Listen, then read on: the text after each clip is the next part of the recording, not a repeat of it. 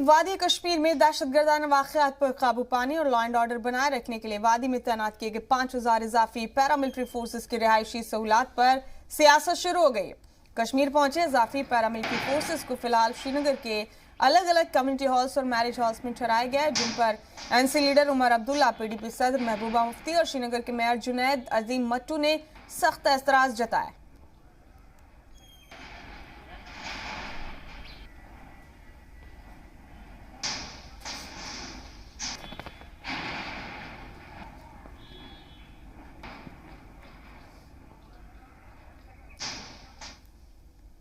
इस बीच national conference के leader और साबिक वज़ीर-ए-आला उमर अब्दुल्ला ने ट्वीट कर इस फैसले के खिलाफ नाराजगी का इजहार किया। उन्होंने कहा कि जम्मू कश्मीर में सिक्योरिटी हालात इस हद तक खराब हो गए कि बतौर सीएम उनके मुद्दत कार के दौरान बनाए गए कम्युनिटी हॉल और मैरिज हॉल का इस्तेमाल हिफाजती दस्तों की बैरक के तौर पर किया जा रहा है।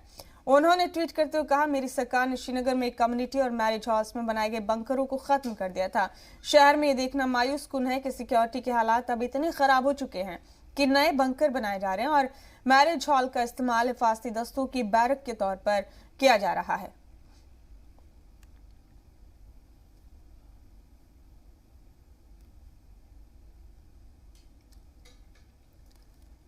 इधर पीपल्स डेमोक्रेटिक पार्टी यानी पीडीपी के सदर महबूबा मुफ्ती ने भी सरकार की मजम्मत की है और कहा कि लोगों को चुप कराने के मकसद से हर रोज सख्त कानून लाए जाते हैं।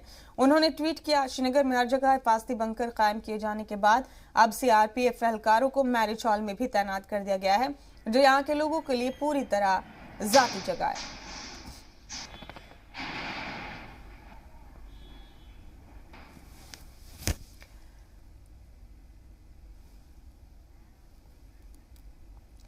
वहीं मशहूर सयाही मकाम गुलमर्ग में सुबह भी बर्फबारी हुई, जिससे मकामी लोगों और सयाहती शोबे से जुड़े लोगों में खुशी है और लोगों को उम्मीद है कि कसीर तादाद में सयाह गुलमर्ग का रुख करेंगे। बर्फबारी के साथ साथ दर्जा हरारत में भी कमी आई है। बता दें आपको कि गुज़िश्ता कई दिनों से जारी शदीद बर्फबारी की वजह से गुलमर्ग आने वाले रास्ते बंद हो गए थे, जिन्हें अब खोल दिया गया है, जिससे सयाहों के आने का सिलसिला एक बार फिर से शुरू हो गया है। जी, बहुत अच्छा फील हो रहा है। हम लोग भोपाल से आए हुए हैं और पहले तो एक्सपेक्ट नहीं किया था कि हमें ये देखने मिलेगा, बट ये जगह बहुत प्यारी है और बहुत ही अच्छा लगा। यहाँ पे फर्स्ट स्नोफॉल हुआ है शायद यहाँ पे अभी। तो लाइफ में पहली बार देखी है ये स्नोफॉल मैंने, तो बहुत अच्छा लग रहा है। अभी तक केवल टीवी में देखा था, मूवीज़ में देखा था, अब लाइव देख के अच्छा लग रहा है बहुत ज़्यादा। मेरा यही मैसेज सबको यहाँ पे जिसको भी आना है आराम से आके देखें, घूमें, बहुत अच्छी जगह है। मौसम में सरमा का आगाज हो चुका है। कश्मीर की वादियां अब सफेद बर्फ की चादर से ढकने लगी हैं। नज़ारे दिलचस्प हो गए हैं और यही वक्त है जब कश्मीर की वादियों का लुत्फ उठाने के लिए सयाह वादी का रुख करते हैं। कश्मीर आने वाले सयाह डल झील पर शिकारे और हाउस बोट का भी लुत्फ उठाते हैं। सयाहों की आमद के बावजूद इस साल हाउस बोट वाले खुश नहीं है। दूसरी जानिब डल झील में बढ़ती आलूदगी भी सयाहों को मायूस कर रही। एक खास रिपोर्ट देखिए।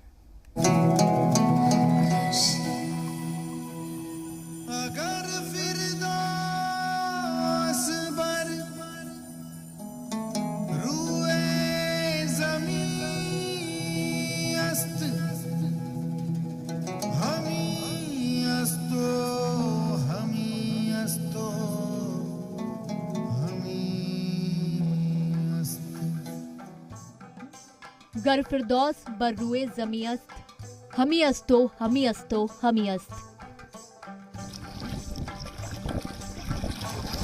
सुहाने मौसम, सहरा देने वाली सर्द हवाओं और हसीन नज़ारों का लुत्फ उठाने के लिए कश्मीर आने वाले सयाह डल झील जरूर आते हैं, लेकिन मकामी लोगों और इंतजामिया की लापरवाही की वजह से डल आने वाले सयाहों को मायूस होना पड़ता है। बढ़ती आलूदगी इसकी सबसे बड़ी वजह है। जिस डल के पानी में लोग नहाकर ताजगी महसूस करते थे, आज अगर वो उसमें नहा लें तो बीमार पड़ सकते हैं। आज कल आप खुद देखते हो इस डल की शान क्या है। हम दिन भर 2 बार 3 बार इसमें नहाते हैं।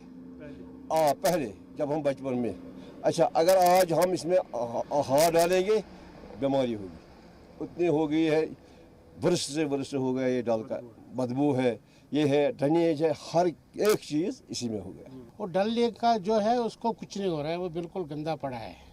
डल लेक सब ये नालियाँ जो आते हैं वो भी इसी में पड़ते हैं उसमें कोई तवज्जो गवर्नमेंट नहीं देती है। डल के आलूदा होने की बड़ी वजूहात में सीवेज का आलूदा पानी और हाउस बोट से निकलने वाली आलूदगी शामिल है। डल की आलूदगी को लेकर जब LCMA के चेयरमैन से पूछा गया तो उन्होंने जानकारी दी कि इस पर काम चल रहा है। डल से मिलने वाले सीवेज को अब ट्रीट किया जा रहा है। डॉक्टर बशीर अहमद ने ये भी जानकारी दी कि हाउस बोटों को भी अब सीवेज से कनेक्ट करने का काम शुरू किया जा रहा है। उस सिलसिले में जो लेक अथॉरिटी है उसने बहुत सारा काम किया है, जैसे STPs जो इसके अतराफ में बनाए गए हैं, तकरीबन 5 STPs हैं जिसमें 36 MLD लोड जो एड्रेस होता है। यहाँ मैं ये भी आपको बताऊं कि तकरीबन 50 MLD per day, million litres per day sewerage Dal में जाता है, जिसमें से 36 अब तक ट्रीट करके किया जाता है। और 14 जो गैप है हमारा उसमें वो प्रपोज्ड है कि 30 MLD का एक गुप्त गंगा में 300 करोड़ का प्रोजेक्ट है, वो इंशाल्लाह तौर पे जल्दी ही कमीशन हो जाएगा, शुरू हो जाएगा। इस काफ़ी असर पड़ा है। हाउस बोट्स के हवाले से मैं ये बताऊं कि अब तक हाउस बोट्स अनफॉर्चुनेटली कनेक्ट नहीं थे सिवर से, बट इंशाल्लाह इस साल हमने शुरुआत की है। नगीन में हम अभी हमने काम शुरू कर दिया है कि जो उसमें वेस्टर्न साइड के हाउस बोट्स हैं वो हम कनेक्ट कर लेंगे 2 महीने तक सिवर लाइन से। इसके अलावा भी जो हमारे डल में हाउस बोट्स हैं, पहले उनमें बहुत सारे पायलट प्रोजेक्ट्स रन किए गए हैं जो कि बायोडाइजेस्टर बेस्ड थे, बट उनकी जो एफिशिएंसी है या जो पायलट्स हैं वो उतने सक्सेसफुल नहीं रहे हैं। इस बिना पर हमने एक सेपरेट DPR बना के कि उनको क्लस्टर वाइज हम आइडेंटिफाई करके क्लस्टर वाइज हम उनको बना के हम उनको सिवर लाइन से कनेक्ट करेंगे। वो DPR भी ऑलमोस्ट फाइनल स्टेज पे है। हाउस बोट के बिना कश्मीर की टूरिज्म इंडस्ट्री एक अधूरी कहानी सी होगी। यहाँ आने वाले सयाहों के लिए हाउस बोट बड़ी दिलचस्पी का सबब होते हैं। शायद ही कोई सयाह ऐसा होगा जो कश्मीर के हाउस बोट में कुछ वक्त न गुजारना चाहे। कश्मीर के सयाहती शोबे में एक खास जगह रखने के बावजूद अब यह हाउस बोट लोगों का पेट नहीं भर पाता है। हाउस बोट वाले भी परेशान हैं। वजह है नई हाउस बोट बनाने और पुरानी हाउस बोट की मरम्मत करने पर पाबंदी। ज्यादातर हाउस बोट 50 साल और उससे भी ज्यादा पुरानी हैं और वक्त गुजरने के साथ साथ हाउस बोट और भी कमजोर होती जा रही हैं।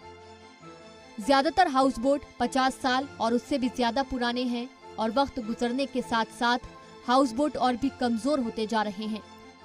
यही वजह है कि वो डूब रहे हैं। हाउस बोटों को डूबने से बचाने के लिए इनकी मरम्मत जरूरी है।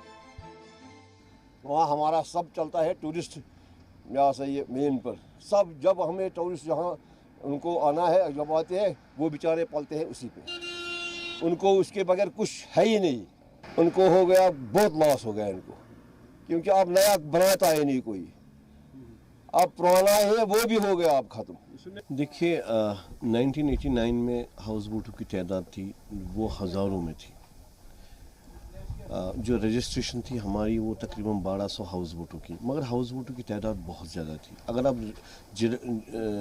जो रिवर जहलम है वहाँ पे भी हज़ारों की तादाद में हाउस बोट हुआ करते थे। उसमें कार्गो बोट भी हुआ था, हाउस बोट भी थे, बहुत सारे थे। मगर आहिस्ता आहिस्ता जैसे ही 89 में हमारा जो यहाँ पे हालात ख़राब होने लगे थे, तब से अभी तक हम सफ़र कर रहे हैं। ये जो कम्युनिटी है, स्पेशली जो ये कम्युनिटी है, इसने बहुत सफ़र किया, क्योंकि यहाँ पे कभी भी टूरिस्ट हमने 3 महीने कंटिन्यू नहीं देखे। 1989 से अभी तक हमने बहुत कम टूरिस्ट देखे। कभी कभी हमें 10 दिन का काम आता है महीने में, कभी 1 दिन का भी आता है, कभी महीना पूरा काम करते हैं, मगर पूरा साल हमने कभी काम नहीं किया इन सालों के अंदर। तो इसकी वजह से जो हमें इसमें खर्चा है, हाउस बोट में जो खर्चा है हमें, जैसे कोरिंग हो गई, रिपेयरिंग जो भी है, उसके लिए हमारे पास पैसा नहीं था। तो उसकी वजह से हमारे जो हाउस बोट है वो डैमेज होने लगे हैं। इससे पहले हमारे हाउस बोटों को हर साल रिपेयर होती थी। आज की डेट में 3 साल 4 साल के अंदर एक बार रिपेयर होती है। तो उसकी वजह से जो भी हाउस बोट है आज की डेट में, अगर इसकी ग्लोरी पे भी असर पड़ गया, हर एक चीज़ पे असर पड़ गया, तो इसका बॉटम जो है, मेन इसका बॉटम होता है, वो खस्ता हो गया। उसकी वजह से आज की डेट में हाउस बोटों की तादाद घट के 900 कुछ हाउस बोट ही हो गई। इस पे ना इसको मेंटेन करना बहुत ज़रूरी है, क्योंकि कैसा है आजकल hygiene is very important to people. Since the time of corona it's even more important now. So hygiene is very important I feel house boat पे. तो वो सब थोड़ा केयर लेंगे तो और शायद अच्छा हो जाएगा इसका, मतलब और बढ़ जाएगा, क्योंकि मेंटेनेंस पार्ट थोड़ा मेरे को लैकिंग लगा उधर. तो वो मेंटेनेंस अच्छा रहेगा तो हो जाएगा अच्छा काफ़ी. और इसकी बात की है, इसको प्रिजर्व या इसको आने वाले फ्यूचर हाँ, जनरेशंस के लिए प्रिजर्व करना इसको बहुत इम्पोर्टेंट है, क्योंकि ये कश्मीर का ये है एक हाईलाइट पॉइंट है जो हाँ, तो वो पूरा ऑल ओवर इंडिया या कहीं पे भी नहीं है ऐसा. तो इसको प्रिजर्व करना बहुत इम्पोर्टेंट है. When you preserve it a lot, it attracts a lot of tourist. LG Manoj Sinha और डायरेक्टर टूरिज्म के भरोसा दिलाए जाने के बावजूद लोगों को इस बात का यकीन नहीं है कि इनकी मदद हो पाएगी, क्योंकि सालों से इन्हें भरोसा ही तो दिया जाता रहा है. हालात ऐसे हैं कि इस शोबे से जुड़े लोगों को दूसरे काम तलाशने के लिए मजबूर होना पड़ रहा है. न घर का खर्च चल पा रहा है, न बच्चों की स्कूल फीस का इंतजाम हो पा रहा है. सर, मैं पहले तो हम लोगों की ये अल्लाह का कहर था, कोविड आ गया, हमारी कंबर टूट गई उससे, क्योंकि कोई टूरिस्ट नहीं आता. अब आहिस्ता आहिस्ता कोविड गया था, अब तो टूरिस्ट आने लगा था. जब हम प्रिपेयर ही नहीं है, जब मेरा हाउस बोट ठीक ही नहीं है, मैं क्या कमाई करूँगा. इतना हुआ है कि अब हम भागने के ऊपर, अब हम हिजरत करने के ऊपर तुले हुए. हमारे कई दोस्त, आप देखिए, आप घूमिए डल लेक में, आपको यही 10-15% मिलेगा डल लेक में. भागे, क्योंकि जब बिजनेस ही नहीं है और इतना महंगाई है कि उसने भी कमर तोड़ रखा है. क्योंकि क्या करेगा फैमिली को, हमारा गवर्नमेंट सर्विस नहीं है, हम तो बैकवर्ड के हैं हाउस बोट वाले. हाँ जी लोग हमें कहता है, हमारे पास बच्चे सर्विस भी नहीं करता है, स्कूलों का फीस भी नहीं हम दे सकता है. पहले ही से परेशान हाउस बोट के मालिकों पर कोरोना वबा भी कहर बनकर टूटा. सयाहों का आना क्या बंद हुआ, हाउस बोट मालिक और उनसे जुड़े लोग बेरोजगार हो गए. अब जब सयाहों की आमद शुरू हुई है तो हाउस बोट के डैमेज होने की वजह से वो कमाई नहीं कर पा रहे हैं. ये तो गवर्नमेंट को पॉलिसी डिक्लेयर करना है और इस इंडस्ट्री को मदद करना है. मुझे नहीं मदद करना है. मैं समझूंगा कि मुझे मदद कीजिए, नहीं. अगर हाउस बोट इनको रखना है, बचाना है आने वाले नस्लों के लिए, इनको इसके ऊपर पॉलिसी बनानी है और इसको मदद करना है. और ये आज के मॉडर्न के बनाने हैं हाउस बोट. अभी तो जो ये कोविड का 2 साल हुआ है वो पूरा डैमेज हुआ है, और बीच में भी कुछ गड़बड़ हुआ था, उसके लिए भी हुआ था ऐसा. तो अभी थोड़ा सा टूरिस्ट आने लगा है. अभी हाउस बोट भी हम ठीक कर रहे हैं. कोई डैमेज हुआ, कोई हाउस बोट शिकारा जैसा होते हैं, इसका डैमेज हुआ, तो भी गवर्नमेंट थोड़ा हेल्प करते हैं उसके बारे में. डल झील में बढ़ती आलूदगी हो या हाउस बोट की बदहाली, सरकार और जिम्मेदार महकमों को इन पर तवज्जो देना जरूरी है, ताकि कश्मीर आने वाले सयाह यहाँ की खूबसूरत तस्वीरें और एहसास हमेशा याद रख सकें. ब्यूरो रिपोर्ट, जी सलाम.